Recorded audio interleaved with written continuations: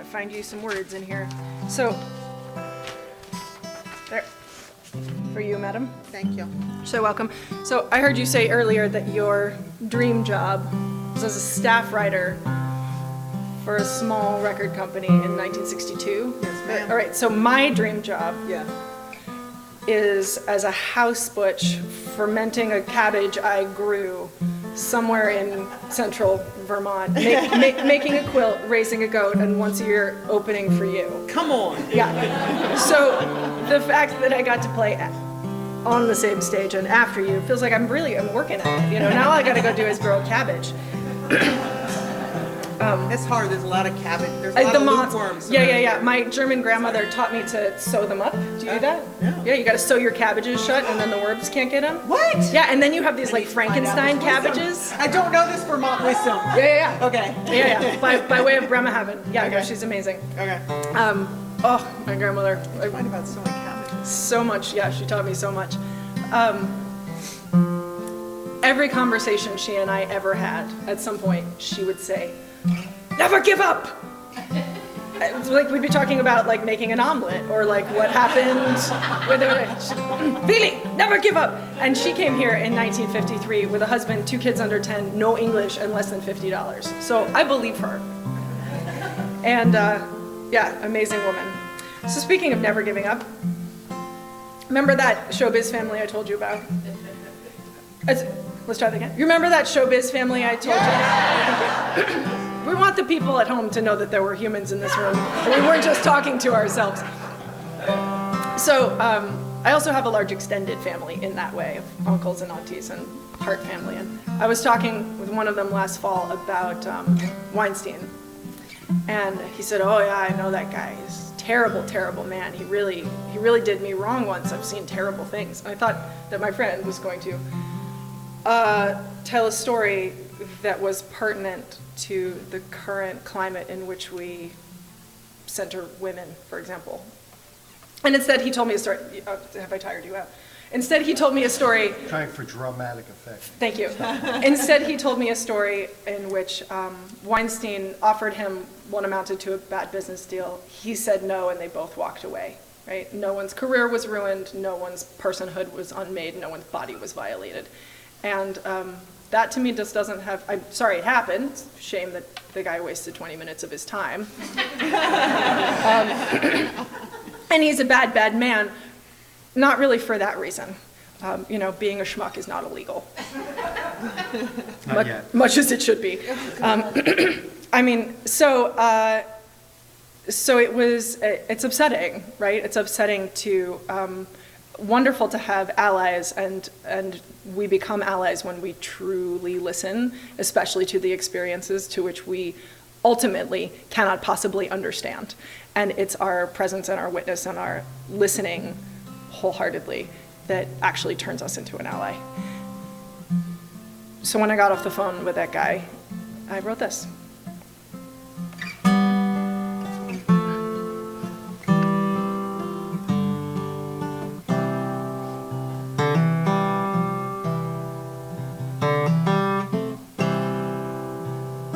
So I was talking with a friend of mine the other day about this moment, and he said, "I know just what you mean. Because for longer than you've been alive, I've been a player in this showbiz machine." And then he told me a story of a man he called a pig. He said, "That man tried to cheat me once, and he tried to cheat me big." Well, my friend couldn't see what was so clearly true, that this moment has nothing to do with him, and every woman he's ever known can say she too.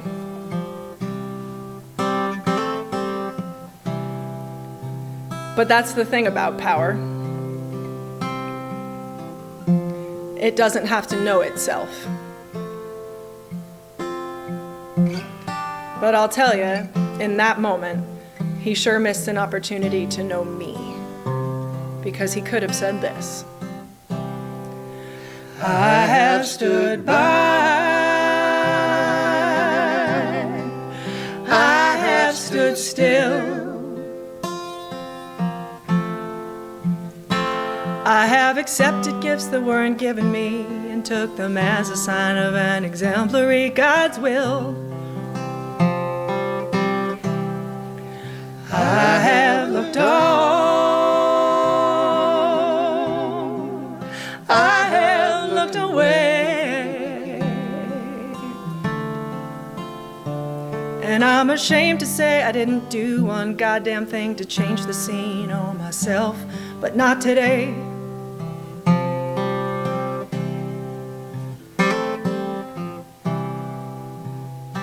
So some weeks went by and I recounted this whole scenario to another friend of mine, and she said, I know just what you mean. 'Cause for longer than you've been alive, I've been a woman in this man machine.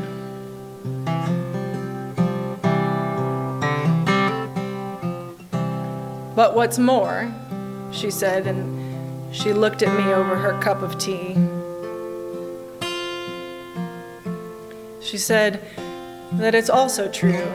Longer than you've been alive, I've been waiting for a white woman to say those words to me. So I said this. I have stood by, I have stood still, I have accepted gifts that weren't given me and took them as a sign of an exemplary God's will. I have looked on, I have looked away, and I'm ashamed to say I didn't do one goddamn thing to change the scene on myself, but not today. Not today. Not today. 'Cause I wanna change enough to take a look at things the way they really are and say no, not today.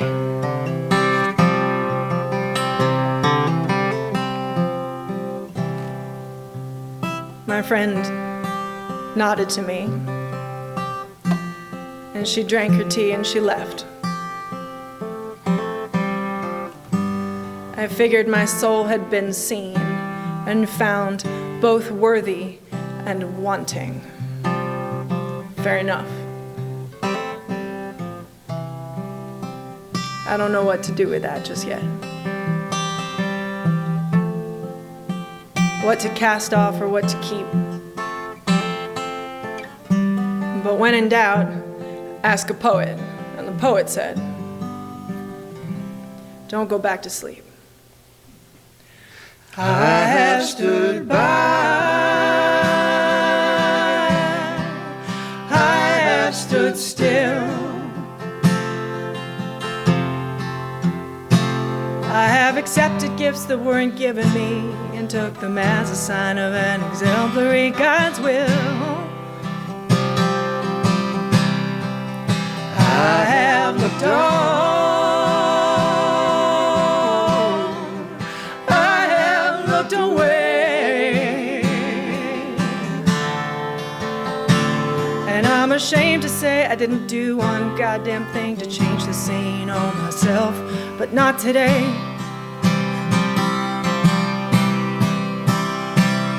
Not today.